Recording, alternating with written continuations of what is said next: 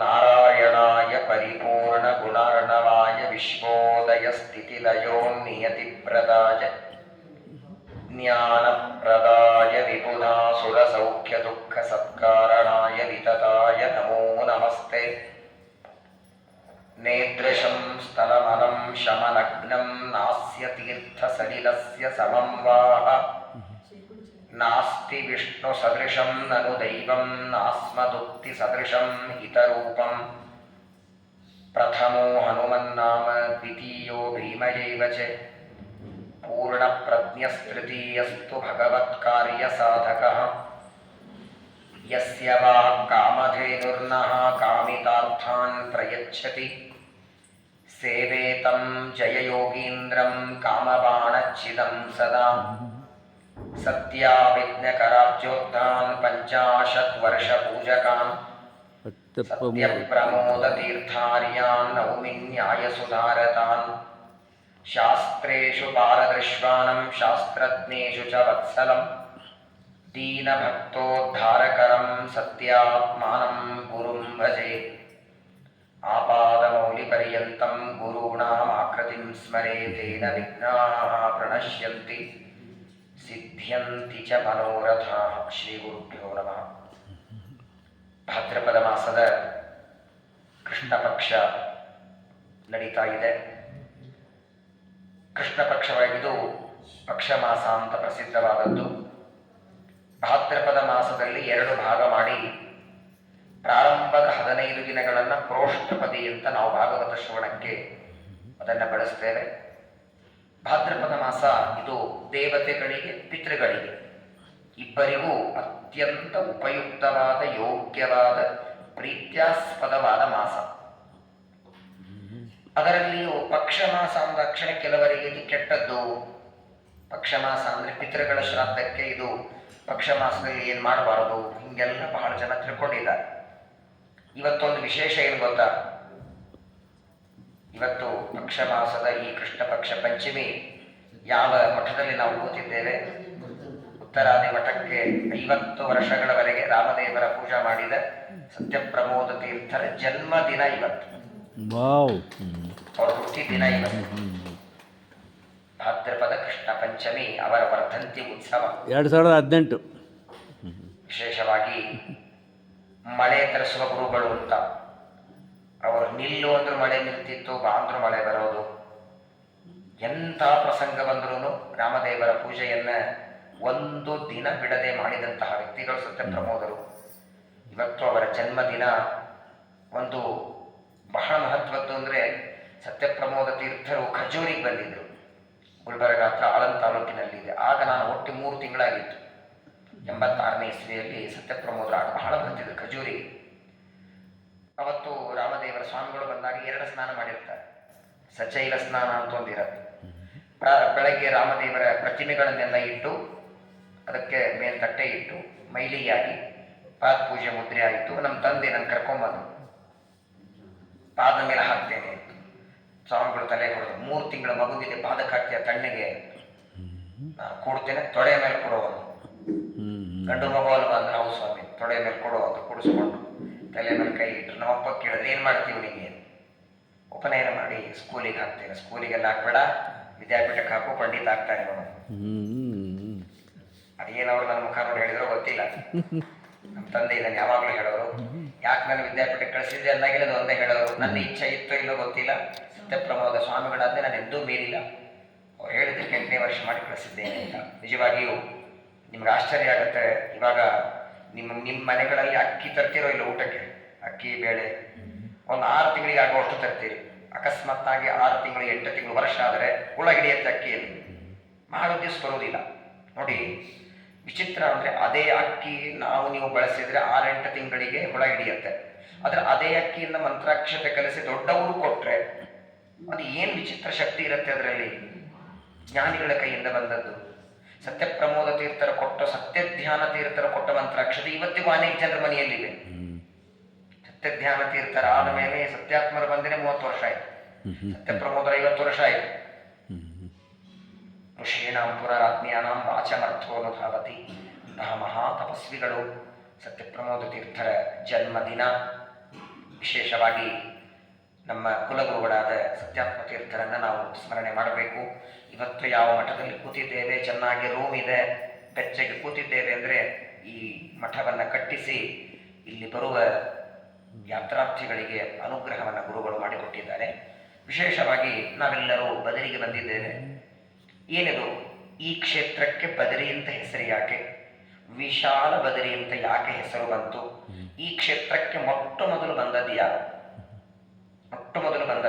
ಇದು ಹೇಗೆ ಉದ್ಭವ ಆಯಿತು, ಇಲ್ಲಿ ಬರುವಾಗ ಬರ್ತೇವೆ, 2 ದಿನ ಇರ್ತೇವೆ, ದರ್ಶನ ಚೆನ್ನಾಗಾಯ್ತು, ತೀರ್ಥ ಪ್ರಸಾದ ಚೆನ್ನಾಗಾಯ್ತು, ಚಳಿಯೊಳಗೂ ಶ್ರಾದ್ದ ಮಾಡಿದ್ವಿ ಅಂತ ಸಂತೋಷದಿಂದ ಮನೆಗೆ ಹೋಗಿ ಹೇಳ್ತೀರಿ, ಫೋಟೋ ತೋರಿಸ್ತೀರಿ.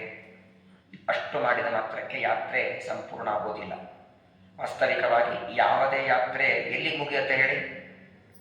ಯಾವುದೇ ಯಾತ್ರೆ ಇಲ್ಲಿಂದ ಮುಗಿದು ಹೋದ ಮೇಲೆ ಸಾಮಾನ್ಯವಾಗಿ ನಾನು ಹೋಗಿ ಬಂದೆ ಅಂತ 4 ಜನರಿಗೆ ಹೇಳಿದರೆ ಬೇರೆ ಯಾತ್ರೆ. ಆದರೆ ಇದ್ರದ್ದು ಹಾಗಲ್ಲ, ಇದ್ರ ಸಮಾರಾಧನೆ ಇದೆ, ಬದರಿ ಸಮಾರಾಧನೆ ಇದೆ. ಅಷ್ಟೇ ಯಾಕೆ, ತಿರುಪತಿ ಹೋಗಿ ಬಂದಾಗೆಲ್ಲ ಸಮಾರಾಧನೆ ಮಾಡಬೇಕಂತೆ. ಯಾಕಂದ್ರೆ ನೀವೇನು ಉಂಡಿ ತಗೊಂಡು ಹೋಗ್ತಿರೋದು ನೈವೇದ್ಯ ಆಗಿರಲ್ಲ, ಅದು ಚಿರು ನೈವೇದ್ಯ ಆಗಿರಂಗಿಲ್ಲ. ನೈವೇದ್ಯ ಆಗಿರೋದಲ್ಲಿ ಒಳಗೆ ಹೋಗಿಟ್ಟಿರ್ತದೆ. ಅದನ್ನು ತಿನ್ನುವಾಗ ನೀವು ಮನೆಗೆ ತಂದು ನೈವೇದ್ಯ ಮಾಡಿ ಸಮಾರಾಧನೆ ಮಾಡಿ ತಿನ್ನಬೇಕು. ಬದರಿ ಸಮಾರಾಧನೆ ಏನೇನಲ್ಲ, ಇಲ್ಲಿಂದ ಒಯ್ದ ಪದಾರ್ಥಗಳೆಲ್ಲ ತಮ್ಮ ಪರಿವಾರ ಜೊತೆಗೆ ಹಂಚಿಕೊಂಡು ಮಾಡುವ ಸಮಾರಾಧನೆ ಮಾಡಿದರೇನೇ ಬದರಿ ಯಾತ್ರೆ ಮಾಡಿದ ಪುಣ್ಯ ಬರ್ತದೆ. ಹಾಗಾಗಿ 1-2 ಮಾತು ಮೊದಲು ಬದರಿ ಕ್ಷೇತ್ರದ ಬಗ್ಗೆ ಹೇಳ್ತೇನೆ. ಸಂಸ್ಕೃತದಲ್ಲಿ ಬದರಿ ಎನ್ನುವ ಶಬ್ದಕ್ಕೆ ಬೋರೆ ಹಣ್ಣು ಅಂತ ಅರ್ಥ.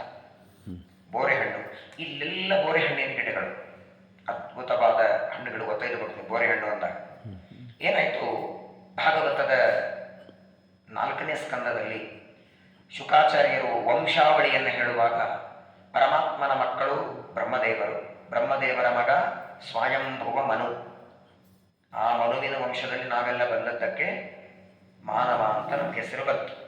ಬ್ರಹ್ಮದೇವರ ಮಗನಾದ ಸ್ವಯಂಭೋ ಮನು ಶತರೂಪಾದೇವಿಯನ್ನು ವಿವಾಹ ಮಾಡಿಕೊಳ್ತಾನೆ. ಶತರೂಪಾದೇವಿಯಲ್ಲಿ 5 ಜನ ಮಕ್ಕಳಾಗ್ತಾರೆ. ಯಾರಿಗೆ? ಸ್ವಯಂಭೋ ಮನುವಿಗೆ. 3 ಜನ ಹೆಣ್ಣು ಮಕ್ಕಳು, 2 ಗಂಡು ಮಕ್ಕಳು. ಗಂಡು ಮಕ್ಕಳ ಹೆಸರೇನು? ಪ್ರಿಯವ್ರತ, ಉತ್ತಾನಕಾಲ. ಹೆಣ್ಣು ಮಕ್ಕಳ ಹೆಸರು ಮೊದಲನೆಯವಳು ಆಕೂತಿ, 2ನೇಯವಳು ದೇವಹೂತಿ, 3ನೇಯವಳು ಪ್ರಸೂತಿ. ಆಕೂತಿಯಲ್ಲಿ ಸಾಕ್ಷಾತ್ ಪರಮಾತ್ಮ ಮಗನಾಗಿ ಬರ್ತಾನೆ, ಯಜ್ಞ ಅಂತ ಅವನ ಹೆಸರು. ಹೆಂಡತಿ ಬರ್ತಾಳೆ ದಕ್ಷಿಣ, ಅದು ಲಕ್ಷ್ಮೀದೇವಿ. ದೇವಹೂತಿಯಲ್ಲಿ ಕಪಿಲ ರೂಪದಿಂದ ಬರ್ತಾನೆ, ತಾಯಿಗೆ ಉಪದೇಶ ಮಾಡ್ತಾನೆ, ಅದನ್ನೇ ಮಾತ್ರಗಯ ಸಿದ್ಧಪುರಿ ಅಂತ ಕರೀತೀವಿ. 3ನೇಯವಳಿದ್ದಾಳೆ ನೋಡಿ ಪ್ರಸೂತಿ, ಅವಳಲ್ಲಿ ಗಂಡು ಮಕ್ಕಳಾಗಲಿಲ್ಲ, 16 ಜನ ಹೆಣ್ಮಕ್ಕಳು ಪ್ರಸೂತಿಗೆ. ಆಕೂತಿಯಲ್ಲಿ ಯಜ್ಞ ಪರಮಾತ್ಮ, ದೇವಹೂತಿಯಲ್ಲಿ ಕಪಿಲ ಪರಮಾತ್ಮ, ಪ್ರಸೂತಿಯಲ್ಲಿ 16 ಜನ ಹೆಣ್ಮಕ್ಕಳು. ಹೆಣ್ಮಕ್ಕಳು 16 ಜನ, ಹಳೆ ಅಂದ್ರೆ 4 ಜನ. 16 ಜನರಲ್ಲಿ 10 ಜನರನ್ನ ಯಮಧರ್ಮನಿಗೆ ಕೊಟ್ಟು ವಿವಾಹ ಮಾಡ್ತಾರೆ. ಯಮಧರ್ಮ ಯಾರು ಗೊತ್ತಲ್ಲ, ಅವನು ಪಚ್ಚಿ ಇಲ್ಲದೆ ಇದ್ದವ್ರು ಯಾರಿಲ್ಲ. 10 ಜನ ಯಮಧರ್ಮನಿಗೆ, ಒಬ್ಬ ಮಗಳು ಅಗ್ನಿದೇವರಿಗೆ, ಅವಳ ಹೆಸರೇ ಸ್ವಾಹ, ಹಾಗಾಗಿ ಹೋಮ ಮಾಡುವಾಗೆಲ್ಲ ಸ್ವಾಹ ಅಂತೀವಿ. ಇನ್ನೊಬ್ಬ ಮಗಳು ಪಿತೃದೇವತೆಗಳಿಗೆ, ಹಾಗಾಗಿ ಶಾಬ್ದದಲ್ಲಿ ಸ್ವಧಾ ನಮಃ, ಅವಳ ಹೆಸರು ಸ್ವಧಾ. ಕೊನೆ ಮಗಳು ಸತಿದೇವಿ ರುದ್ರದೇವರಿಗೆ. ಯಮದೇವರಿಗೆ 10 ಜನ ಕೊಡ್ತಾರೆ. 10ನೇಯವಳು ಕೊನೆ ಹೆಂಡತಿ, ಯಮದೇವರ ಕೊನೆ ಹೆಂಡತಿ ಪ್ರಸೂತಿಯ 10ನೇ ಮಗಳು, ಅವಳ ಹೆಸರು ಮೂರ್ತಿ ಅಂತ. ಆ ಮೂರ್ತಿ ಎನ್ನುವ ಹೆಂಡತಿ ಹಾಗೂ ಯಮದೇವರು ತಪಸ್ಸು ಮಾಡಿ ದೇವರ ಪ್ರತ್ಯಕ್ಷನಾದ. ಏನ್ ಬೇಕು ವರ ಅಂದ್ರೆ ನೀ ಮಗನಾಗಿ ಬರಬೇಕು ಅಂದಾಗ ಆ ಮೂರ್ತಿಯಲ್ಲಿ ಪರಮಾತ್ಮ 2 ರೂಪದಿಂದ ಬಂದ, ಅವನೇ ನಾರಾಯಣ. ಬದರಿಕಾಶ್ರಮದ ನರನಾರಾಯಣರ ತಂದೆ ತಾಯಿಗಳು ಯಾರು? ಮೂರ್ತಿ ತಾಯಿ, ತಂದೆ ಯಾರು? ಯಮಧರ್ಮದೇವರು. ಒಂದು ಮಾತು ನಿಮಗೆ ಗೊತ್ತಿರಲಿ, ದೇವರಿಗೆ ನಮ್ಮಂತೆ ತಂದೆ ತಾಯಿಗಳ ಅಪೇಕ್ಷೆ ಇಲ್ಲ.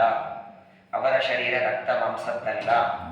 ಅದನ್ನು ತೋರಿಸೋದಕ್ಕೇನೆ ಸ್ತಂಭದಿಂದ ನರಸಿಂಹದೇವರು ಬಂದರು. ಆದರೆ ಕೆಲವು ಅವತಾರಗಳಲ್ಲಿ ಮಗನಾಗಿ ಬರಬೇಕು ಅಂತ ತಪಸ್ಸು ಮಾಡಿದ್ದಕ್ಕೆ ಬರ್ತಾನೆ. ದೇವಕಿ ಪ್ರಾರ್ಥನೆ ಮಾಡಿದ್ದಕ್ಕೆ ಕೃಷ್ಣನಾಗಿ ಬಂದ, ಕೌಸಲ್ಯಾದೇವಿ ಪ್ರಾರ್ಥನೆ ಮಾಡಿದ್ದಕ್ಕೆ ರಾಮ ಬಂದ, ಅದಿತಿ ದೇವಿ ಪ್ರಾರ್ಥನೆ ಮಾಡಿದ್ದಕ್ಕೆ ವಾಮನ ಮೊನ್ನೆ ಭಾದ್ರಪದ ದ್ವಾದಶಿ. ಹಾಗೆ ಯಮದೇವರು ಮೂರ್ತಿ ಇವರಿಬ್ಬರ ಮಗನಾಗಿ ಅವತಾರ ಮಾಡಿದ.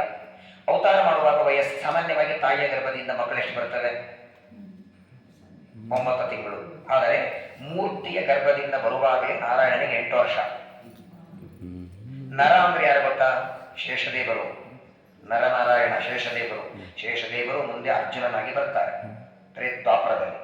ನರನಾರಾಯಣರು ಮೂರ್ತಿಯ ಮಗನಾದಾಗ ತಂದೆ ತಾಯಿಗಳಿಗೆ ಪ್ರಾರ್ಥನೆ ಮಾಡ್ತಾರೆ. 8 ವರ್ಷ ಇತ್ತವರಿಗೆ ಹುಟ್ಟಿದಾಗ ಸಾಮಾನ್ಯವಾಗಿ ಮಕ್ಕಳು ತಂದೆ ತಾಯಿಗಳಿಗೆ ಕೇಳ್ತಾರಲ್ಲ, ಇವ್ರು ಏನು ಕೇಳಿದ್ರು ಅಂದ್ರೆ, ನಾವಿಬ್ಬರು ತಪಸ್ಸು ಮಾಡ್ಲಿಕ್ಕೆ ಹೋಗ್ತೀವಿ, ನಮಗೆ ಅನುಮತಿ ಕೊಡಿ. ಹುಟ್ಟಿದ ಮಕ್ಕಳು ಮನೆ ಬಿಟ್ಟು ಹೋಗ್ತೀವಿ ನಿಮ್ಗೆ ಹೆಂಗೆ ಅನಿಸ್ತದೆ ಹೇಳಿ? ತಪಸ್ಸಿಗೆ ಹೋಗ್ತೀವಿ ಅಂದ್ರು. ಮೂರ್ತಿ ಮತ್ತು ಯಮದೇವರಂತಾರೆ, ಮಕ್ಕಳೇ ತಪಸ್ಸಿಗೆ ಹೋಗ್ತೀವಿ ಅಂದಾಗ ಬೇಡ ಅನ್ಬಾರ್ದು, ಹೋಗಿ ಬನ್ನಿ ಅಂತ. ಸರಿ ಅಂತ ಹೊರಟರು. ಮೊದಲಿಗರು ಇಬ್ರು ತಪಸ್ಸಿಗೆ ಬಂದ ನೈಮಿಷಾರಣ್ಯಕ್ಕೆ. ಮೂರ್ತಿಯಲ್ಲಿ ಅವತಾರ ಮಾಡಿದ ನರನಾರಾಯಣರು ಮೊಟ್ಟ ಮೊದಲು ತಪಸ್ಸಿಗೆ ಬಂದದ್ದು ನೈಮಿಷಾರಣ್ಯಕ್ಕೆ. ಅಲ್ಲಿ ಏನಾಯ್ತಂದ್ರೆ, ನೈಮಿಷಾರಣ್ಯದಲ್ಲಿ ಇವರು ತಪಸ್ಸು ಮಾಡ್ತಾ ಕೂತ್ರೆ ದುಷ್ಟರೆಲ್ಲ ಬಂದು, ಇವರು ಯಾರೋ ತಪಸ್ಸು ಮಾಡ್ತಾ ಕೂತಿದ್ದಾರೆ, ಇವರ ಮೈ ವೇಷಗಳನ್ನ ನೋಡಿ ಇವರು ಯಾರೋ ಜಗತ್ ಕಂಟಕರಿದ್ದಾರೆ ಅಂತ ಹೊಡೆಯೋದಕ್ಕೆ ಬಂದನಂತೆ. ಯಾರಿಗೆ? ನರನಾರಾಯಣನಿಗೆ. ಅವತ್ತಿನಿಂದ ನೈಮಿಷಾರಣ್ಯವನ್ನು ಬಿಟ್ಟು ವಿಚಾರ ಮಾಡಿದರು, ನಮ್ಮ ತಪಸ್ಸಿಗೆ ಭಂಗ ಬರದೇ ಇರುವ ಜಾಗ ಯಾವುದು? ಹುಡುಕ್ತಾ ಹುಡುಕ್ತಾ ಇಲ್ಲಿಗೆ ಬಂದರು. ಇಲ್ಲಿ ಬಂದಾಗ ಏನಾಗಿತ್ತಂದ್ರೆ, ನರನಾರಾಯಣರು ಇಲ್ಲಿ ಬರುವುದಕ್ಕಿಂತ ಮೊದಲು ರುದ್ರದೇವರಲ್ಲಿ ಬಂದಿದ್ದರು. ವಾಸ್ತವಿಕವಾಗಿ ಕೇದಾರಖಂಡ, ಭರತಖಂಡ ಇದೆಲ್ಲ ಏನಿದೆ ನೋಡಿ, ಮೊದಲು ಕೇದಾರಖಂಡ, ಆಮೇಲೆ ಭರತಖಂಡ, ಇಲ್ಲಿ ಬದರಿ ಆಶ್ರಮ ಬಂದದ್ದು. ಮೊದಲು ರುದ್ರದೇವರು ಬಂದದ್ದು ಕೇದಾರಖಂಡಕ್ಕೆ, ಆಮೇಲೆ ನಾರಾಯಣ ಬಂದದ್ದು. ಆಲ್ರೆಡಿ ಏನಾಗ್ಬಿಟ್ಟಿತ್ತು, ರುದ್ರದೇವರು ಕೇದಾರಖಂಡ, ಈ ಬದರಿಕಾಶ್ರಮ ಎಲ್ಲ ಅವ್ರದೇ ಮಾಡ್ಕೊಂಡ್ಬಿಟ್ಟಿದ್ರು. ಅದು ಅವ್ರದೇ ಅಂದ್ರೆ ಎಲ್ಲ ಕಡೆ ರುದ್ರದೇವರದಿತ್ತು. ಇದೆಲ್ಲನೂ ರುದ್ರದೇವರು ಕೇದಾರದಿಂದ ಬರ್ತಿದ್ರಂತೆ, ಪಾರ್ವತಿ ಸಹಿತವಾಗಿ, ಗಂಡ ಹೆಂಡತಿ. ಎದಕ್ಕಂದ್ರೆ ಪರ್ವಕಾಲದಲ್ಲಿ ಅಲಕನಂದ ಸ್ನಾನ ಮಾಡೋಣ ಅಂತ ಬರ್ತಿದ್ರು. ನರನಾರಾಯಣ ಅದೇ ಟೈಮಿಗೆ ತಪಸ್ಸಿಗೆ ಬರ್ತಿದ್ರು. ನಾರಾಯಣ ದೇವರು ವಿಚಾರ ಮಾಡ್ತಾರೆ, ಇದೆಲ್ಲ ರುದ್ರದೇವರ ಕ್ಷೇತ್ರ, ನಮ್ಗೆ ಇರೋದಕ್ಕೆ ಜಾಗ ಕೊಡ್ತಾರ ವಿಚಾರ ಮಾಡಿದ್ರು. ಪ್ಲಾನ್ ಮಾಡಿದ ದೇವರು. ತಕ್ಷಣದಲ್ಲಿ ಮಗುವಾಗಿಬಿಟ್ಟ. ಯಾರು? ನಾರಾಯಣ ದೇವರು. ಮಗುವಾಗಿ ರೋಡ್ ಮೇಲೆ ಅಳತಾ ಮಲಗಿಬಿಟ್ಟ. ರೋಡ್ ಮೇಲೆ, ದಾರಿಯ ಮೇಲೆ ನಾರಾಯಣ ಅಳತಾ ಮಲಗಿದ. ನಾರಾಯಣ, ನರ, ಪಾರ್ವತಿ ಪರಮೇಶ್ವರರು ಸ್ನಾನಕ್ಕೆ ಬಂದಿದ್ರು. ಅಲಕನಂದ ಸ್ನಾನಕ್ಕೆ ಹೋಗುವಾಗ ಪಾರ್ವತಿ ನೋಡಿದ್ದು. ಪಾರ್ವತಿ ನೋಡಿ ರುದ್ರದೇವರಿಗಂತ, ಯಾರದು ಮಗುರಿ ಪಾಪ, ತಂದೆ ತಾಯಿ ಬಿಟ್ಟು ಹೋಗಿದ್ದಾರೆ, ನೆಲದ ಮೇಲೆ ಬೇರೆ ಬಿದ್ದಿದೆ. ರುದ್ರದೇವರು ಅಂದ್ರೆ ಏನ್ ಮಾಡೋಣ, ಈಗ ಸ್ನಾನ ಕೊಟ್ಟಿದ್ದೀವಿ ನಾವು, ಅಲಕನಂದ ಸ್ನಾನ ಮಾಡ್ಕೊಂಡು ಹೋಗೋಣ ಅಂತ ಬಂದಿದ್ರು ಅವರು. ಪಾರ್ವತಿ ಅಂತಾಳೆ, ಏನಿದ್ರು ಮಗುನ್ ದಾರಿಯಲ್ಲಿ ಬಿಟ್ಟು ಹೋಗೋದು ಬೇಡ, ಒಂದು ಕೆಲಸ ಮಾಡೋಣ, ಒಳಗಡೆ ಮಲಗಿಸಿ ಹೋಗೋಣ. ದೊಡ್ಡ ಅರಮನೆ ಇತ್ತು, ಅಲ್ಲಿ ಮಲಗಿಸಿ ಹೋಗೋಣ ಅಂತ ಪಾರ್ವತಿ ಆ ನಾರಾಯಣ ಪರಮಾತ್ಮನನ್ನ ಒಳಗೆ ತಂದು ಮಲಗಿಸ್ತಾನೆ. ಅವನಿಗೆ ಅಷ್ಟೇ ಬೇಕಾಗಿತ್ತು. ಪಟನಾಟಕ ಸೂತ್ರಧಾರಿ. ಯಾವಾಗ ರುದ್ರದೇವರು ಬಂದು ಒಳಗೆ ಮಲಗಿಸಿ ಅವರು ಸ್ನಾನ ಮಾಡಿ ಬರೋದ್ರೊಳಗೆ ಎಷ್ಟೊತ್ತು ಬೇಕಾಗುತ್ತೆ ಸ್ನಾನಕ್ಕೆ? ಅಲ್ಲ ಬಟ್ ನಿಮಗೊಂದು 3 ತಂಗಿ ಹಾಕೊಂಡಿರ್ಬೇಕು. ಸಾಕ್ಷಾತ್ ರುದ್ರದೇವರು ಮನೋನಿ ನಮ್ಮ ಕಣ್ಣಿಗೆ ಹೆಜ್ಜೆವರಲ್ಲ. ಪಾರ್ವತಿ ಪರಮೇಶ್ವರರು 3 ಅಲಕನಂದದಲ್ಲಿ ಸ್ನಾನ ಮಾಡಿ ಬರೋದ್ರೊಳಗೆ ಈ ಮಗು ದೊಡ್ಡದಾಗಿ ಮನೆಯೆಲ್ಲ ತಮ್ಮ ಹೆಸರೇ ಮಾಡ್ಕೊಂಡ್ಬಿಟ್ಟಿದೀವ. ರುದ್ರದೇವರ ಹೆಂಡತಿಗಂದ್ರು, ಮಲಗಿದ ಮಗುವನ್ನು ಒಳಗೆ ಮಲಗಿಸಿದೆ. ಏನೋ ನಮ್ಮ ಕನ್ನಡದಲ್ಲಿ ಗಾದೆ ಮಾತಿದೆಯಲ್ಲ, ಮಳೆ ಹೊಡೆಯಲು ಕೊಟ್ಟರೆ ಗೋಡೆನೇ ನಮ್ದು ಅಂತ. ಆಗ ರುದ್ರದೇವರ ಹೆಂಡತಿ ಹೇಳ್ತಾರೆ, ಈ ಕ್ಷೇತ್ರ ಈ ಇಬ್ಬರು ಮಕ್ಕಳ ಹೆಸರಲ್ಲಿ ಆಗ್ಲಿ, ನಾವು ಕೇದಾರಕ್ಕೆ ಹೋಗೋಣ ಅಂತ ಹೇಳಿ ರುದ್ರದೇವರು ಕೇದಾರಖಂಡದಲ್ಲಿ ಉಳಿದ್ರು. ಅವತ್ತಿನಿಂದ ಇವರಿಬ್ಬರ ಕ್ಷೇತ್ರ ಆಯ್ತದೆ. ಆ ಕ್ಷೇತ್ರದಲ್ಲಿ ನರ ಮತ್ತು ನಾರಾಯಣ ರೂಪದಿಂದ ಪರಮಾತ್ಮ ತಪಸ್ಸು ಮಾಡುವ ರೀತಿಯಲ್ಲಿ, ಅವನು ಯಾರಿಗೆ ತಪಸ್ಸು ಮಾಡಬೇಕಾಗಿಲ್ಲ, ತಪಸ್ಸು ಮಾಡುವವರಿಗೆ ಉದ್ಧಾರಕ್ಕಾಗಿ ಬಂದು ನಿಂತ್ಕೊಂಡಿದ್ದಾನೆ. ಅವರು ತಪಸ್ಸು ಮಾಡ್ತಾ ಕೂತಿದ್ದಾರೆ.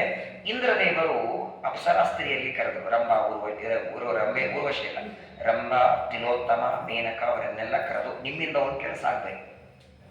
ಬದರಿಕಾಶ್ರಮದಲ್ಲಿ ಅಲಕನಂದ ನದಿ ದಂಡೆಯಲ್ಲಿ ನರನಾರಾಯಣರು ತಪಸ್ಸು ಮಾಡುತ್ತಿದ್ದಾರೆ. ನಿಮ್ಮ ಹಾವುಗಳಿಂದ ಅವರ ತಪಸ್ಸು ಭಂಗ ಮಾಡಿ, ನೀವು ಬೇಡಿದ್ದೆಲ್ಲ ನಾನು ಕೊಡ್ತೇನೆ. ರಾಜ ಅಜ್ಞಾನ ಬಂದಿತ್ತು. ಸಾಮಾನ್ಯವಾಗಿ ನೀವು ಅನೇಕ ಋಷಿಗಳ ಕಥೆ ಕೇಳಿ, ಋಷಿ ಮುನಿಗಳು ತಪಸ್ಸು ಮಾಡುವಾಗ ಈ ತರ ಅಪ್ಸರಾಸ್ತ್ರೀಯರು ಬಂದು ಅವರ ಮುಂದೆ ಹಾಡ್ತಾ ಕೂಡಿದರೆ ತಪಸ್ಸಿಗೆ ಭಂಗ ಆಗತ್ತೆ, ಶಾಪ ಕೊಡ್ತಾರೆ. ನಾರಾಯಣನ ಮುಂದೆ ಬಂದು ಕುಣಿತಾರೆ, ಹಾಡ್ತಾರೆ, ಭಜನೆ ಮಾಡ್ತಾರೆ. ಇವನ ಮನಸ್ಸಿಗೆ ಏನಾಗ್ಬೇಕ್ರಿ? ಎಲ್ಲರ ಮನಸ್ಸನ್ನು ಎಳೆಯುವ ದೇವರಿವ. ಸ್ವಲ್ಪ ಹೊತ್ತಾದ ಮೇಲೆ ಆ ಅಪ್ಸರಾಸ್ತ್ರೀಯರು ಕುಣಿತಾ ಇರುವಾಗ ನಾರಾಯಣ ದೇವರು ತೊಡೆ ತಿಕ್ಕಿದರೆ ಆಗ ಹುಟ್ಟಿ ಬಂದವಳೆ ಊರ್ವಶಿ. ನಾರಾಯಣನ ತೊಡೆಯಿಂದ ಹುಟ್ಟುತ್ತಾಳೆ. ನಾರಾಯಣ ದೇವರಂತಾರೆ, ನೀವೇನು ಅಪ್ಸರಾಸ್ತ್ರೀಯರು ಹಾಡೋದಕ್ಕೆ ಬಂದಿದ್ದೀರಿ, ನಿಮ್ಮಂತಹ ನಿಮಗೂ ಮೀರಿಸುವ ಸೌಂದರ್ಯ ಇರುವ ಸ್ತ್ರೀಯರು ನನ್ನ ತೊಡೆಯಲ್ಲಿದ್ದಾರೆ. ತಿಕ್ಕಿದ್ರೆ ಹೊರಗೆ ಬರ್ತಾರೆ. ಹೋಗಿ ಹೇಳಿ ಆ ನಿಮ್ಮ ಇಂದ್ರದೇವರಿಗೆ, ನನಗೇನು ಅವ್ರು ಮಾಡ್ಲಿಕ್ಕೆ ಸಾಧ್ಯವಿಲ್ಲ, ಅಪ್ಸರಾಸ್ತ್ರೀಯರು ಇಂದ್ರದೇವರ ಹತ್ರ ಬರ್ತಾರೆ. ಸ್ವಾಮಿ, ನೀವು ಹೇಳಿದ್ದಕ್ಕೆ ಹೋದ್ವಿ, ಬೈಸ್ಕೊಂಡು ಬರೋದಿರಲಿ. ಈಗ ನೋಡಿ, ಒಬ್ಬರ ಆಚಾರ ಪೂಜೆ ಮಾಡ್ತಿದ್ರೆ ಮಡಿಯಿಂದ ಪೂಜೆ ಮಾಡುವಾಗ ಮೈಲಿಗೆ ಮಾಡಿ ಡಿಸ್ಟರ್ಬ್ ಮಾಡಿದ್ರೆ ನಿಮ್ಗೇನು ಅನ್ಸುತ್ತೆ? ಬರೀ ತಪಸ್ಸೆ ಅಷ್ಟ ನಿಮ್ಗೆ ಅನ್ಸುತ್ತೆ ತಪ್ಪು. ಪಾಪ ಎಷ್ಟು ಬಂದಿರುತ್ತೆ? ಒಂದು ಪೂಜೆ ಮಾಡೋ ಬ್ರಾಹ್ಮಣನೇ ಮುಟ್ಟಿದ್ರೆ ಪಾಪ ಬರುತ್ತೆ. ತಪಸ್ಸು ಮಾಡೋರನ್ನ ಭಂಗ ಮಾಡೋದಕ್ಕೆ ನಮ್ಗೆ ಕಳಿಸಿದ್ದೀರಿ ಅಂತ ಇಂದ್ರದೇವ್ರಿಗೆ ಹೋಗಿ ಹೇಳ್ತಾರೆ. ಇಂದ್ರದೇವರವರು ಒಂದು ಕೆಲಸ ಮಾಡಿ ಅವನ ಹತ್ರನೇ ಹೋಗ್ರಿ, ಈ ತಪ್ಪಿಗೆ ಅವನಿಗೆ ಪ್ರಾಯಶ್ಚಿತ್ತ ಕೇಳ್ರಿ ಅಂತ ಮತ್ತೆ ಕಳಿಸ್ಕೊಟ್ರಂತ. ಅಪ್ಸರಾಸ್ತ್ರೀಯರಿಗೆ ಅವ್ರಿಗೆ ಮನಸ್ಸಿಗೆ ಸಮಾಧಾನ ಇಲ್ಲ. ಮತ್ತೆ ಬಂದು ನರನಾರಾಯಣ ಪ್ರಾರ್ಥನೆ ಮಾಡ್ತಾರೆ. ನಮ್ಮಿಂದ ತಪ್ಪಾಗಿದೆ, ನಾವು ನಮ್ಮ ಬುದ್ಧಿಯನ್ನು ಮಾಡಿದ್ದೆಲ್ಲ, ಇಂದ್ರದೇವರು ಆಜ್ಞೆ ಮಾಡಿದ್ದಕ್ಕೆ ನಿಮ್ಮ ತಪಸ್ಸು ಭಂಗ ಮಾಡೋದಕ್ಕೆ ಬಂದಿದ್ದೇವೆ. ಏನಾದರೂ ಮಾಡಿ ನಮಗೊಂದು ವರ ಕೊಡಿ.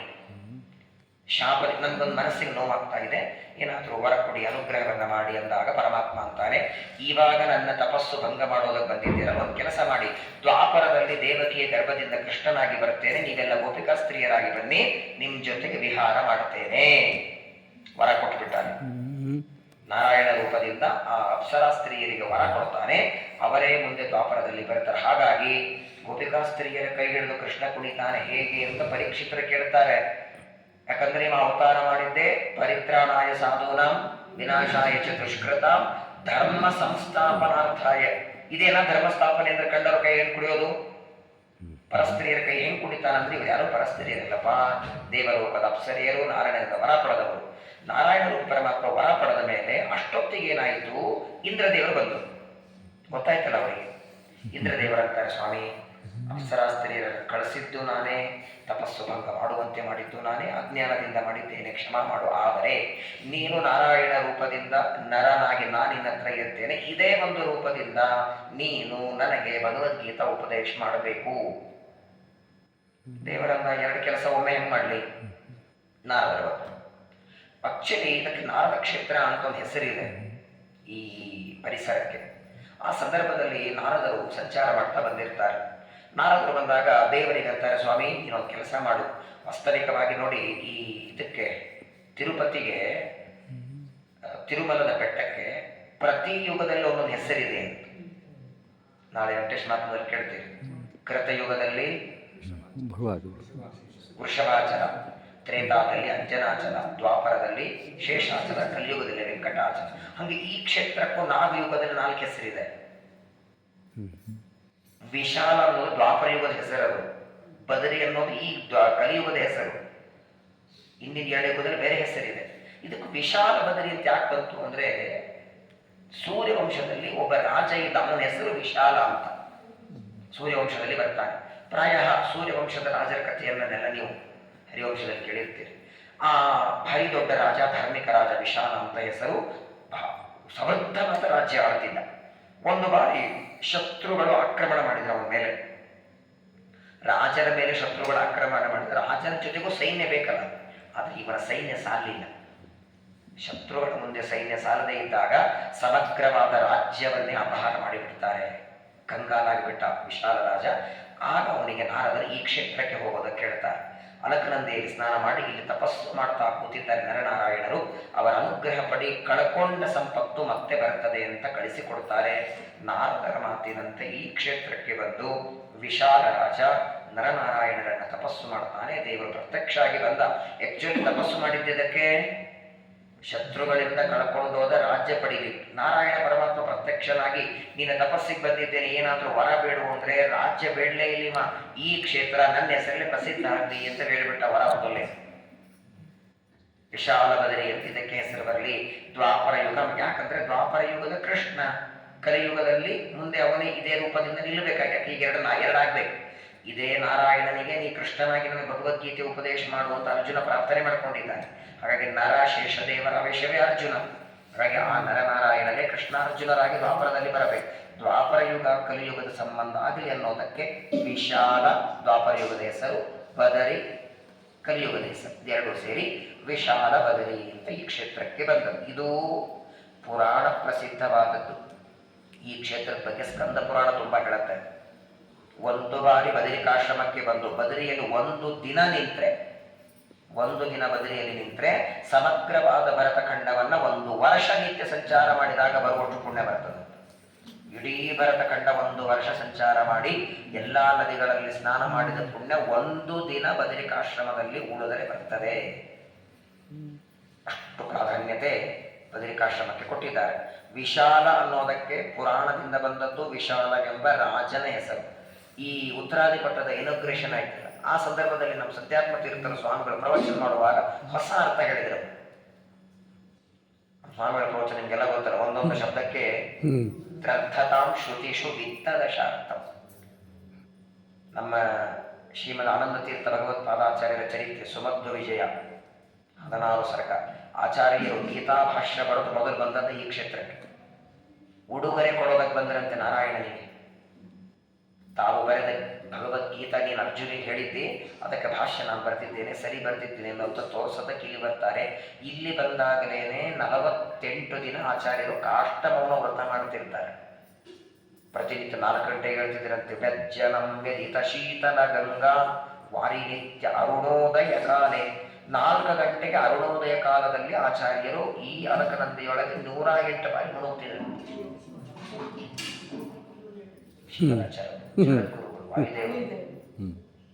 ಇಲ್ಲಿರುವಾಗ 48 ದಿನ ಆಚಾರ್ಯ ಕಾಷ್ಟಮೌನ ಮಾಡುವಾಗ ವೇದವ್ಯಾಸ ದೇವರಂತಾರೆ, ಇಲ್ಲಿವರೆಗೆ ಬಂದಿದ್ದಿ ಮಹಾಬದರಿಗೆ ಬರಲ್ವ ನೀನು ಅಂತ.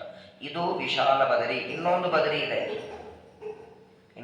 ಇದೆ ಇಲ್ಲಿಂದ. ಅದು ದೇವತೆಗಳು ಮಾತ್ರ ಹೋಗೋದು, ಮನುಷ್ಯರಿಗೆ ಸಾಧ್ಯ ಇಲ್ಲ. ಹಾಗಾಗಿ ಪಾಂಡವರು ಸ್ವರ್ಗಾರೋಹಣಕ್ಕೆ ಬಂದದ್ದು ಇಲ್ಲೇನೆ, ಇದೇ ಬದರಿಗೆ ಬಂದು ವಿಶಾಲ ದರ್ಶನ ಮಾಡಿಕೊಂಡು ಹೋಗ್ತಾರೆ. ಸ್ವರ್ಗದ್ವಾರ ನಾಳೆ ಮಾನಕ್ಕೆ ಹೋದಾಗ ನೋಡ್ತೀರಿ ನೀವು. ಪಾಂಡವರು ಸ್ವರ್ಗಕ್ಕೆ ಹೋದ ದ್ವಾರ ಇಲ್ಲಿದ್ದೇ ಇದೆ. ಶ್ರೀಮದಾಚಾರ್ಯರಿಗೆ ಆಜ್ಞೆ ಮಾಡ್ತಾರೆ ವೇದವ್ಯಾಸ ದೇವರು, ವಿಶಾಲ ಇಲ್ಲಿಗೆ ಬಂದಿದ್ದೆ ಮಹಾಬದರಿಗೆ ಬಾ. ಇಲ್ಲಿರುವ ಶಿಷ್ಯರಿಗೆ ಹೇಳ್ಬೇಕು ಆಚಾರ ಏನಂತ, ವೇದವ್ಯಾಸರು ಕರೆದಿದ್ದಾರೆ, ನಾನು ಹೋಗ್ಬೇಕು ಅಂತ. ಆದ್ರೆ ಆಚಾರ್ಯರು ಕಾಷ್ಟಮೌನ ವ್ರತ ಮಾಡ್ತಿದ್ದಾರೆ. ಏನ್ ಮಾಡ್ಬೇಕು, ಮಾತಾಡೋ ಹಾಗಿಲ್ಲ. ಹೇಳದೆ ಹೋಗ್ಬಿಟ್ರೆ ಬೆಳಗ್ಗೆ ಶಿಷ್ಯರು ಹುಡುಕ್ತಾರೆ ಆಚಾರ್ಯ ಎಲ್ಲಿದ್ದಾರೆ ಅಂತ.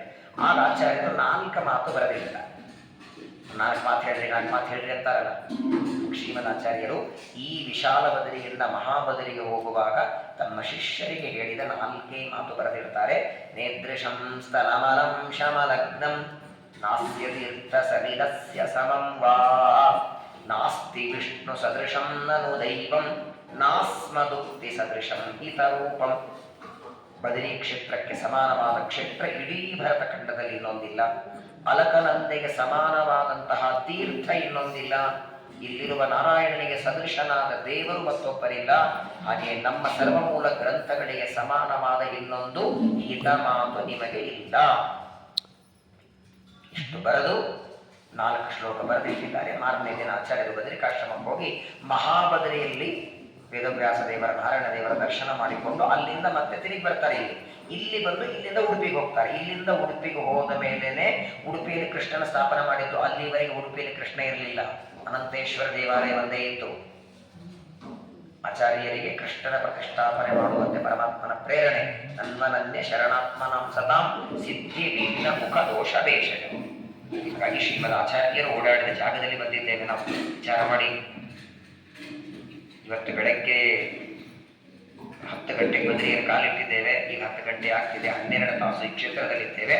ಸಾಕ್ಷಾತ್ ನಾರಾಯಣ ದೇವರು, ವೇದವ್ಯಾಸ ದೇವರು, ಶ್ರೀಮದ್ ಆನಂದ ತೀರ್ಥರು, ಸತ್ಯತೀರ್ಥರು, ಪರತೀರ್ಥರು, ಆಚಾರ್ಯರ ಅನೇಕ ಶಿಷ್ಯರು, ನಂತರದಲ್ಲಿ ಬರುವ ಪದ್ಮನಾಭ ತೀರ್ಥರೇ ಮೊದಲಾದ ಯತಿಗಳು, ಅವರೆಲ್ಲರ ಪಾದ ಧೂಳಿಯಿಂದ ಪವಿತ್ರವಾದ ಮಣ್ಣು ಬದರಿಕಾಶ್ರಮದ ಮಣ್ಣು.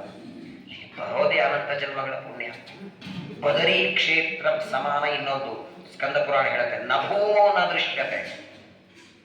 ಅಂತಹ ಒಂದು ವಿಶಿಷ್ಟವಾದ ಕ್ಷೇತ್ರ ಅಲಕನಂದ ನದಿಯ ಸನ್ನಿಧಾನ.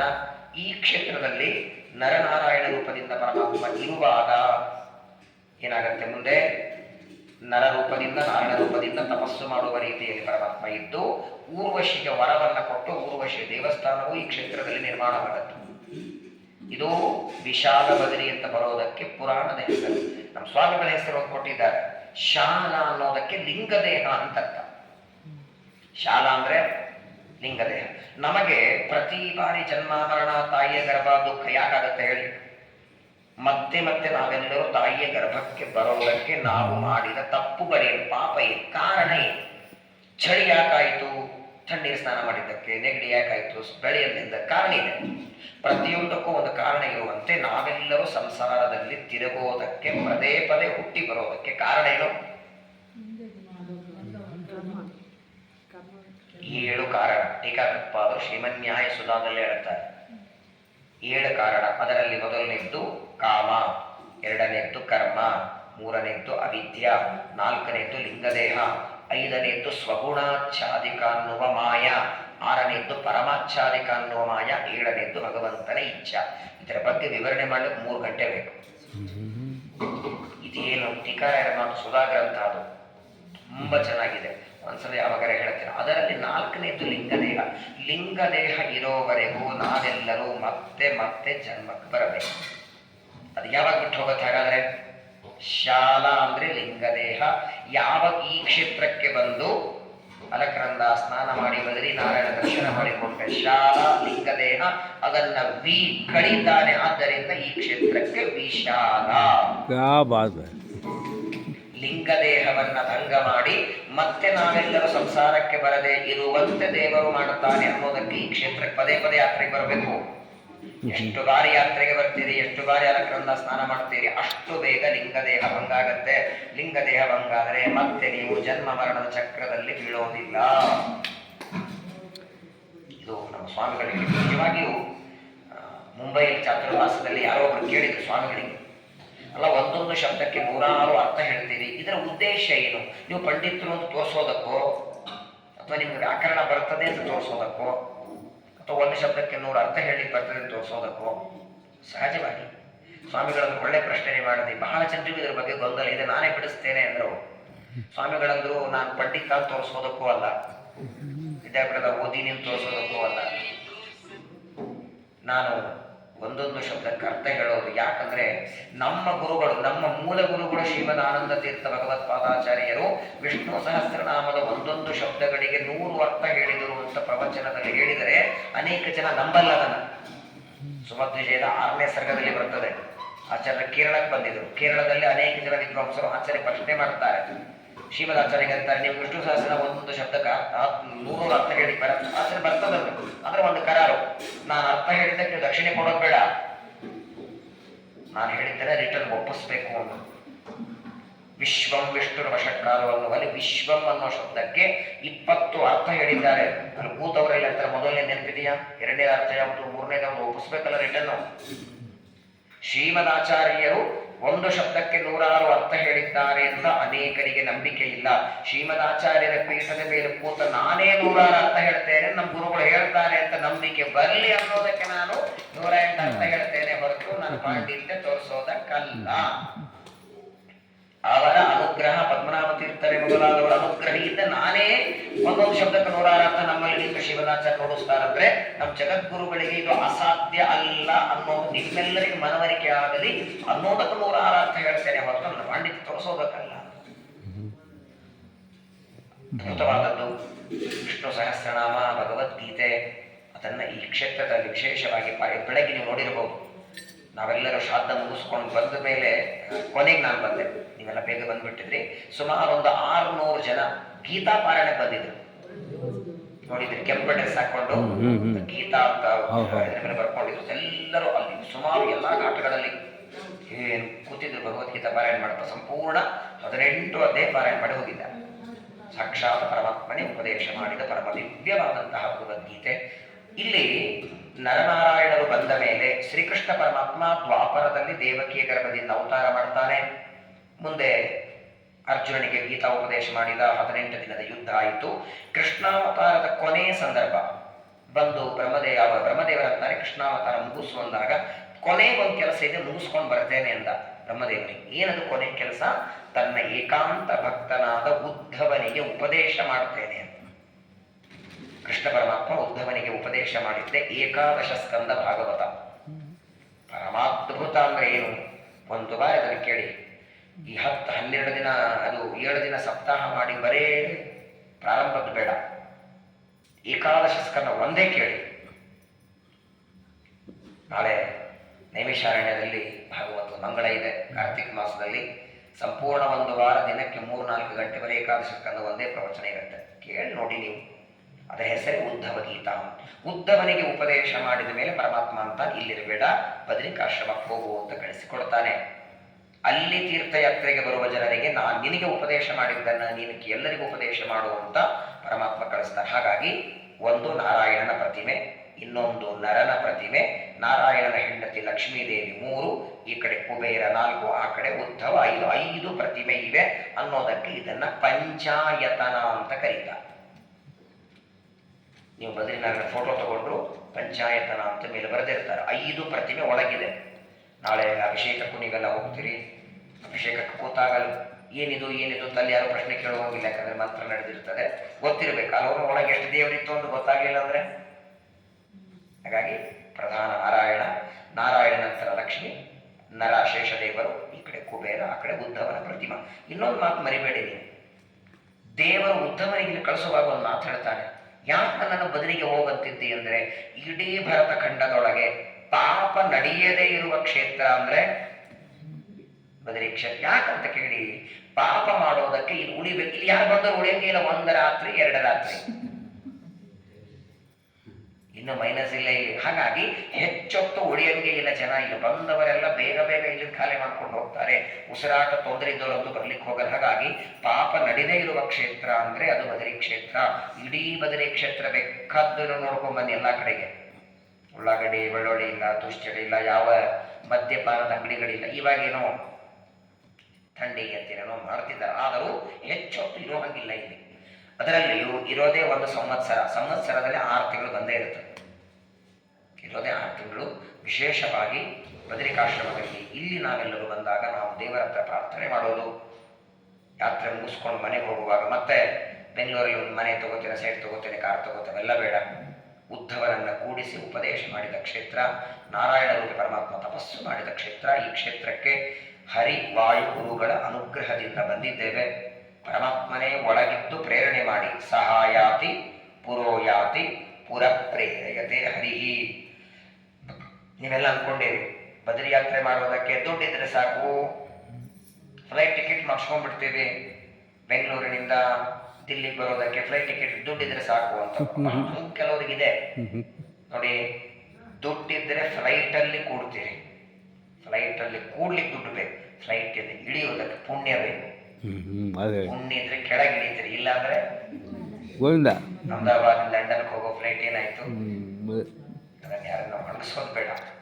ದುಡ್ಡಿದ್ರೆ ಕೂಡಬಹುದು, ಒಳಗೆ ಕೂತವ್ರು ಕೆಳಗೆ ಇಳಿಲಿಕ್ಕೆ ಅಕೌಂಟಲ್ಲಿ ಪುಣ್ಯ ಬೇಕು, ದೇವರ ಅನುಗ್ರಹ ಬೇಕು. ಒಂದಲ್ಲ ಎರಡಲ್ಲ, ನಾವು ನಿಜವಾಗಿಯೂ ಈ ಒಂದು ಯಾತ್ರೆ ಒಂದು ರೀತಿ ಬಹಳ ಭಯಾನಕ ಯಾತ್ರೆ ಇದೆ. ಪ್ರಾಯ ಇಲ್ಲಿ ಬರೋದಕ್ಕಿಂತ 1 ವಾರ ನಮ್ಮ ಮನೆಯಲ್ಲಿ ನಿದ್ದೆ ಮಾಡಿಲ್ಲ. ಬರೀ ಸಮಸ್ಯೆನೇ ಆಗಿತ್ತು. ಆ ಮಳೆ, ಎಲ್ಲಾ ಕಡೆಯಿಂದ ಫೋನ್ಗಳು ಕ್ಯಾನ್ಸಲ್ ಮಾಡೋ ಪ್ರಸಂಗ ಇತ್ತು. ನಿಮ್ಮಲ್ಲಿ ಅನೇಕ ಜನ ಫೋನ್ ಮಾಡಿದವರು ಇದ್ದೀರಿ. ಇದು ಒಂದು ರೀತಿಯಲ್ಲಿ ಭಯಾನಕ ಇದೆ. ಎಷ್ಟು ಮಳೆ ಬರ್ತಿದೆ, ಎಲ್ಲ ಬ್ರಿಡ್ಜ್ಗಳು ಮುಳುಗಿದೆ. ಬದುಕಿದ್ರೆ ಇನ್ನೊಂದ್ಸಲ ಬರ್ಬೋದಲ್ಲ ಬದರಿಗೆ, ಬದುಕಿದ್ರೆ ಇನ್ನೊಂದ್ಸಲ ಬರ್ಬೋದು, ಭಯಾನಕ ಅಂತ. ನೋಡಿ, ಸ್ವಾಮಿಗಳ ಮಂತ್ರಾಕ್ಷತೆ, ಪರಮಾತ್ಮನ ಅನುಗ್ರಹ, ಗುರು ಕಾರುಣ್ಯ ಇದ್ರೆ ಹೇಗೆ ದೇವರು ಮಾಡಿಸ್ತಾನೆ. ರಾಮದೇವರನ್ನ ಮುಟ್ಟಿ ಪೂಜಾ ಮಾಡಿ ಆ ಕೈಗಳ ಮಂತ್ರಾಕ್ಷತೆ ಏನಾಗಲ್ಲ, ನಿರ್ವಿಘ್ನಾಗತ್ತೆ ಅಂತ ಅವರು ಹರಿಸಿ ಆಶೀರ್ವಾದ ಮಾಡಿ ಕಳಿಸಿದ್ದಾರೆ. ಒಂದು ಪರಮಾತ್ಮನ ಎರಡೂ ತೋರಿಸ್ತಾರೆ ದೇವರು. ನಿನ್ನೆ ದಿವಸ ಒಂದು ಸಣ್ಣದಾಯ್ತು, ಸಣ್ಣದೇ ಅನ್ಬೇಕದನ್ನು 3-4 ಗಂಟೆ ನಾವು ಕೂತಿದ್ದೇವೆ. ಅದು ನಿಜವಾಗೂ ದೇವರು ಮಾಡಿದ್ದು ಒಳ್ಳೇದಾಯಿತು ಅನ್ನಬೇಕು. ಯಾಕಂದ್ರೆ ದೊಡ್ಡ ಗಂಡಾಂತರ ತಪ್ಪು ಹೋಯಿತು. ವಿಚಾರ ಮಾಡಿ, ಏನೋ ಆಗಿ ಆ ಜಾಗದಲ್ಲಿ ನಾವೇನೋ ಸಿಕ್ಬಿದ್ದಿದ್ರೆ ಅಥವಾ ಅದರ ಹತ್ತಿರ ಎಲ್ಲೋ ನಾವು ಹೋಗಿದ್ರೆ ಏನಾಗುತ್ತದೆ ಹೇಳಿ. ನೋಡಿದ್ದೀರ ನೀವು. ಆಮೇಲೆ ದಾಟಿ ಬರಬೇಕಾದ್ರೆ ಆ ಕಡೆ ಒಂದು 100-150 ಗಾಡಿ, ಈ ಕಡೆ 100-150 ಗಾಡಿ. ನಮ್ಮ ದೇವರ ಅನುಗ್ರಹ ಅಂದರೆ ಬೋರ್ವೆಲ್ ಇದ್ದಲ್ಲಿ ನಿಲ್ಲಿಸಿದ್ದಾನೆ. ಎಲ್ಲಾನು ಮರಿಬೇಡಿದನ್ನ. ಬೋರ್ವೆಲ್ ಇದ್ದಲ್ಲಿ ಒಂದು ಅನ್ನ ಕುದಿಸ್ಕೊಂಡು ತಿನ್ನುವ ರೀತಿಯೊಳಗೆ ನಮ್ಮನ್ನು ಅನುಗ್ರಹ ಮಾಡಿದ್ದಾನೆ. ಆಮೇಲೆ ನೀವು ಹೊರಗೆ ಬಂದು ನೋಡ್ಬೇಕಾದ್ರೆ ರೋಡ್ ಮೇಲೆ ಅಡಿಗೆ ಮಾಡ್ಕೊಂಡಿದ್ದಾರೆ ಎಷ್ಟೋ ಜನ. ರೋಡ್ ಮೇಲೆ ಮಾಡಿದ್ರೆ ಎಷ್ಟೋ ಜನಕ್ಕೆ ಸಿಕ್ಕಿಲ್ಲ. ಈ ಫಲವನ್ನೇ ಕೊಟ್ಟರೆ ಎಷ್ಟೋ ಖುಷಿ ಪಟ್ಟಿದ್ದಾರೆ. ಇದೆಲ್ಲ ದೇವರ ಅನುಗ್ರಹ ಇದೆ. ನಿಜವಾಗಿ ನೋಡಿದರೆ ನಮ್ಮ ಮಕ್ಕಳು ತಪ್ಪು ಮಾಡಿದರೆ ನಮ್ಮ ಮಕ್ಕಳಿಗೆ ಮುಖಾನೇ ತೋರಿಸ್ತಾರೆ, ಸಿಟ್ಟಿಗೆ ಬರುತ್ತೆ. ನಾವು ತಪ್ಪು ಮಾಡೋದನ್ನು ಎಣಿಸ್ಕೊತ ಬಂದರೆ ನಮ್ಮನ್ನು ಏನು ಮುಖಾನೇ ತೋರಿಸ್ಬಾರದೆ. ಆದರೂ ಇಲ್ಲಿವರೆಗೆ ಕರೆಸ್ಕೊಂಡಿದ್ದಾನಲ್ಲ, ಆ ದೊಡ್ಡ ಗಂಡಾಂತರವನ್ನು ಸಣ್ಣನೊಳಗೆ ಸ್ವಾಮಿಯ ಪರಮಾತ್ಮನ ಅನುಗ್ರಹ ಎಲ್ಲ ಭಕ್ತರು ಹೊರಟಿದ್ದಾರೆ ಅಂತ ಏನೂ ಆಗಿಲ್ಲ. ಮತ್ತೆ ಏನು ಅನರ್ಥ ಆಗಿದೆ ಹೇಳಿ. ಯಾರಿಗೆ ಟೈಮ್ ಹೋಗಿದ್ರೆ ಗೊತ್ತಾಗಿದೆಯಾ? 4 ತಾಸು ಒಂದು ಬರೀ ಟೈಮ್ ಅಂದ್ವಿ. ನಾವು ಹೋಗಿದ್ದು ಗೊತ್ತಾಯ್ತಾ ನಿಮಗೆ? ಕೂತ್ಕೊಂಡು ಹರಟೆ ಹೊಡೆದಿದ್ದೀರಿ, ಅಡಿಗೆ ಆಗಿದೆ, ಊಟ ಆಗಿದೆ, ಊಟ ಕೈ ತೊಳ್ಕೊಂಡಿರಿ, ರೆಡಿನೇ ಆಗಿದೆ. ಟೈಮ್ ಹೆಂಗೆ ಹೋಗಿದ್ದು ಗೊತ್ತಿಲ್ಲ. ಅದೇ ನಮ್ಮ ಟೈಮ್ ಅಕಸ್ಮಾತ್ತಾಗಿ ಎಲ್ಲೂ ನೀರು ಸಿಗದೆ ಇದ್ದಲ್ಲಿ ಮಧ್ಯದಲ್ಲಿ ನೀರಿಸಿಬಿಟ್ರೆ ಅವಾಗ ಗೊತ್ತಾಗಿರೋದು 4 ತಾಸು ಏನಿದೆ ಅಂತ. ನೀರು ಸಿಗದೆ ಅನ್ನ ಸಿಗದೆ ಇದ್ದಲ್ಲಿ ನಿಂತಿದ್ರೆ ಗೊತ್ತಾಗಿರೋದು. ಹಾಗೆ ದೇವರ ಅನುಗ್ರಹ, ಗುರುಗಳ ಅನುಗ್ರಹ. ಮತ್ತು ಇನ್ನೊಂದು ಸತ್ಯವಾದ ಮಾತು, ನಮ್ಮ ಪ್ರಾಚೀನ ಕ್ರಮಗಳಿಂದ ದೇವರು ಕೊಡಬೇಕು, ಅದನ್ನು ಅಷ್ಟರಲ್ಲೇ ಮುಗಿಸ್ಬಿಟ್ಟಿದ್ದಾನೆ ಭಗವಂತನ ಅನುಗ್ರಹದಿಂದ. ಮತ್ತೆ ಅಲ್ಲಿ ನಿಂತರೆ ಆಮೇಲೆ ಮತ್ತೆ ನಮಗೆಲ್ಲ ಒಂದು ತೊಂದರೆ ಆಗಿದೆ ರಸ್ತೆ ಹೇಳಿ, ಕರೆ ಹೇಳಿ. ರಾತ್ರಿಯಲ್ಲಿ ಮಲಗಿದ್ವಿ, ಬೆಳಗ್ಗೆ ಎದ್ದು ಬಂದೀವಿ, ಅದೊಂದೇ ನಮಗೆ ದಾರಿಯಲ್ಲಿ ತೊಂದರೆ ಆಗಿತ್ತು. ಹಾಗಾಗಿ ನಿಂತೇ ಹೋಗೋ ಯಾತ್ರೆ ಇದು. ಪೋಸ್ಟ್ಪೋನ್ ಮಾಡೋಣ, ಮುಂದೆ ಹೋಗೋಣ ಅನ್ನೋ ಯಾತ್ರೆಯನ್ನು ಇಷ್ಟು ಸಂಕ್ಷೇಪದಲ್ಲಿ ಸಣ್ಣದರೊಳಗೆ ದೇವರ ಬಗ್ಗೆ ಕರ್ಕೊಂಡ್ಬಂದಿದ್ದಾನೆ. ಹಾಗಾಗಿ ಇಲ್ಲಿಗೆ ಬಂದು ಯಾರ್ದೋ ಮನೆ ವಾಸ್ತುಶಾಂತಿಗೆ ಹೋದರೆ ಒಂದು ಗಿಫ್ಟ್ ತಂದು ಕೊಡ್ತಿರೋ ಇಲ್ಲ ಅವರಿಗೆ, ನಾವು ಎಷ್ಟು ಬಳಸ್ತಾರೋ ಆಮೇಲೆ ಇರಲಿ. ಇಷ್ಟು ದೊಡ್ಡ ಕ್ಷೇತ್ರಕ್ಕೆ ಬಂದು ಏನ್ರಿ ಕೊಟ್ಟರೆ ನಾರಾಯಣ ಗಿಫ್ಟು? ಬದ್ರಿನಾರಾಯಣ ಕ್ಷೇತ್ರಕ್ಕೆ ಬಂದು ಏನು ಗಿಫ್ಟ್? ಮತ್ತು ಇಲ್ಲಿಂದ ಹೋಯ್ತು ಉಲ್ಟಾ. ದೇವರ ದರ್ಶನವೇ ದೊಡ್ಡ ಗಿಫ್ಟ್. ಅವನ ದರ್ಶನ, ಅವನ ಸ್ಮರಣೆ ವಿಶೇಷವಾಗಿ ಮಾಡಬೇಕು. ನೋಡಿ, ಶ್ರೀಮದಾಚಾರ್ಯರ 37 ಗ್ರಂಥ ಬರೆದಿದ್ದಾರೆ. ಎಲ್ಲ ಗ್ರಂಥ ಬೇಕಾದರೆ ಮನೆಗೆ ಹೋದ್ಮೇಲೆ ಪುಸ್ತಕದ ತೆಗೆದು ನೋಡಿ. ವಿಜೇಂದ್ರಾಚಾರ್ಯ ಪಾಠಕ್ಕೆ ಹೋಗ್ತಿರ್ತಾರೆ, ಪುಸ್ತಕ ಇರುತ್ತೆ. ಎಲ್ಲ ಗ್ರಂಥಗಳ ಮಂಗಲಾಚರಣೆ ನಾರಾಯಣ ಶಬ್ದನೇ ಇದೆ. ನಾರಾಯಣಾಯ ಪರಿಪೂರ್ಣ ಗುಣಾರ್ಣವಾಯ ನಾರಾಯಣ ಪೂರ್ಣ ಗುಣೇಕದೇಹ ನಾರಾಯಣೋ ಗಣ್ಯ ಗುಣೋ ನಿತ್ಯೇಕ ದಲಿಯಾಕೃತಿ ನಾರಾಯಣಂ ಸುರಗುರು. ಶ್ರೀಮದಾಚಾರ್ಯರ ಪರಮ ಇಷ್ಟ ದೇವಾದ ನಾರಾಯಣ. ಮಹಾಭಾರತ ಆತ್ಮನಿರ್ಣಯ ಪಾಠ ಓದ್ತಿದ್ದೀರಲ್ಲ, ಅದನ್ನು ಬರೆದು ಆಚಾರ್ಯರು ಬಂದಿದ್ದರು. ಶ್ರೀಮದಾಚಾರ್ಯ 2ನೇ ಬಾರಿ ಬದಲಿಗೆ ಬಂದಾಗ ವೇದವ್ಯಾಸರಂತಾರೆ, ನಾನೇನು 18 ಪುರಾಣ ಬರೆದಿಟ್ಟೆ, ಪುರಾಣಗಳಲ್ಲಿ ನಾನಾ ರೀತಿಯಾದ ಸಂದೇಹ ಬರುತ್ತದೆ, ಅದಕ್ಕೊಂದು ಗ್ರಂಥ ನೀವು ಬರೀ ಅಂತ ಆಜ್ಞೆ ಮಾಡಿದೆ ಈ ಕ್ಷೇತ್ರದಲ್ಲಿ. ಶ್ರೀಮದಾಚಾರ್ಯರಿಗೆ ವೇದವ್ಯಾಸರ ಆಜ್ಞೆ ಮಾಡಿದ್ದಕ್ಕೆ ಬ್ರಹ್ಮಸೂತ್ರ ಭಾಷ್ಯ ಎಲ್ಲ ಗ್ರಂಥಗಳನ್ನು ಇಲ್ಲಿ ಆಜ್ಞೆ ಪಡ್ಕೊಂಡು ಹೋಗಿ ಆಚಾರ್ಯರು ಬರೆದಿದ್ದಾರೆ. ಅಂತಹ ಶ್ರೀಮದ್ ಆಚಾರ್ಯರನ್ನು ಹಿಡಿದು ಎಲ್ಲ ಯತಿಗಳು, ವಿಶೇಷವಾಗಿ 2 ಬಾರಿ ನಮ್ಮ ಜಗದ್ಗುರುಗಳಾದ ಸತ್ಯಾತ್ಮ ತೀರ್ಥರು, ಅಂತಹ ಎಲ್ಲ ಜ್ಞಾನಿಗಳು, ತಪಸ್ವಿಗಳು, ಸಾಕ್ಷಾತ್ ಪರಮಾತ್ಮ ಓಡಾಡಿದ ಈ ಮಣ್ಣಿನಲ್ಲಿ ನಾವೆಲ್ಲರೂ ಬಂದಿದ್ದೇವೆ. ಈ ಯಾತ್ರೆಯಿಂದ ಹರಿವಾಯು ಗುರುಗಳು ಪ್ರೀತರಾಗಲಿ, ಸಂತುಷ್ಟರಾಗಲಿ, ದೇವರ ಗುರುಗಳ ಅನುಗ್ರಹವಾಗಲಿ. ನಮಗೆ ಈ ರೀತಿ ಯಾತ್ರೆ ಮಾಡೋ ಬುದ್ಧಿ ಇದ್ದಂತೆ ನಮ್ಮ ಮಕ್ಕಳಿಗೂ ಮುಂದೆ ಇದನ್ನು ಕೊಡಲಿ. ಇದು ನಮ್ಮವರೆಗೆ ನಿಲ್ಲೋದು ಬೇಡ. ಸನಾತನ ಧರ್ಮ ಉಳಿಬೇಕು. ತೀರ್ಥಯಾತ್ರೆ ಬಹಳ ದೊಡ್ಡ ಅಂಗ ನಮ್ಮ ಜೀವನದ. ನಮ್ಮ ಜೀವನದ ಅಂಗ ಬರೀ ಮನೆ ಕಟ್ಟೋದು, ಮದುವೆ ಮಾಡೋದು, ಮಕ್ಕಳು ಮದುವೆ ಮಾಡೋದಲ್ಲ. ಯಾತ್ರೆನೂ ಒಂದು ದೊಡ್ಡ ಅಂಗ. ಅದು ಯಾತ್ರೆನೂ ಈ ಥರ ಆಗಬೇಕು. ತೀರ್ಥ, ನೈವೇದ್ಯ, ಪ್ರವಚನ, ಪಾಠ, ಕ್ಷೇತ್ರ ಮಹಿಮೆ, ಸಂಕಲ್ಪ ಮಾಡಿ ಸ್ನಾನ, ಅದಾದರೇನೆ ಅದು ಯಾತ್ರೆ ಆಗಿದೆ.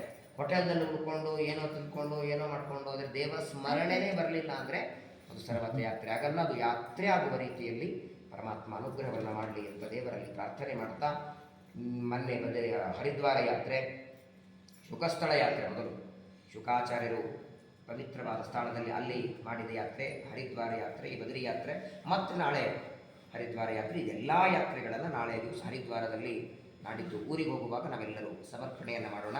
ನಿಮ್ಮ ನಿಮ್ಮ ಮನೆಗಳಲ್ಲಿ ಹೋಗಿ ಅವಶ್ಯವಾಗಿ ಆದಷ್ಟು ಬೇಗ, ಬಹಳ ತಡ ಮಾಡದೆ ಆದಷ್ಟು ಬೇಗ ಎಲ್ಲರೂ ಬದಲಿ ಸಮಾರಾಧನೆ ಮಾಡಿ. ಕೆಲವರಿಗೆ ಅನಿಸುತ್ತೆ ಅವರು ಇದಕ್ಕಿಂತ ಹಿಂದೋದಾಗ ನಾವು ಮಾಡೀವಿ, ಪ್ರತಿ ಸಲ ಹೋದಾಗೂ ಮಾಡಬೇಕಲ್ಲ. ಎಷ್ಟು ಬಾರಿ ಬದರಿ ಯಾತ್ರೆ ಮಾಡಬೇಕು. ಬಟ್ ವೈಭವ ಮಾಡೋದು ನಿಮ್ಮ ಕೈಯಲ್ಲಿದೆ, ಯಾರ್ಯಾರಲ್ಲಿ ಕರೆಯೋದು. ಆದರೆ ಗಂಡ ಹೆಂಡತಿ ಇಬ್ಬರು ಕೂತ್ಕೊಂಡಾದರೂ ಅದು ಪುಣ್ಯವಾಚನ ಮಾಡಿ ಈ ಬದರಿ ಯಾತ್ರೆ ಸಮಾರಾಧನೆಯನ್ನು ಮಾಡಿ. ಬದರಿ ನಾರಾಯಣ ವೇದವ್ಯಾಸರು ಶ್ರೀಮದಾಚಾರ್ಯರು ನಿಮ್ಮೆಲ್ಲರಿಗೂ ದೀರ್ಘ ಆಯುಷ್ಯ, ಆರೋಗ್ಯ, ಜ್ಞಾನ ಭಕ್ತಿಯನ್ನು ಕೊಡಲಿ ಅಂತ ಪರಮಾತ್ಮನಲ್ಲಿ ಪ್ರಾರ್ಥನೆಯನ್ನು ಮಾಡೋಣ.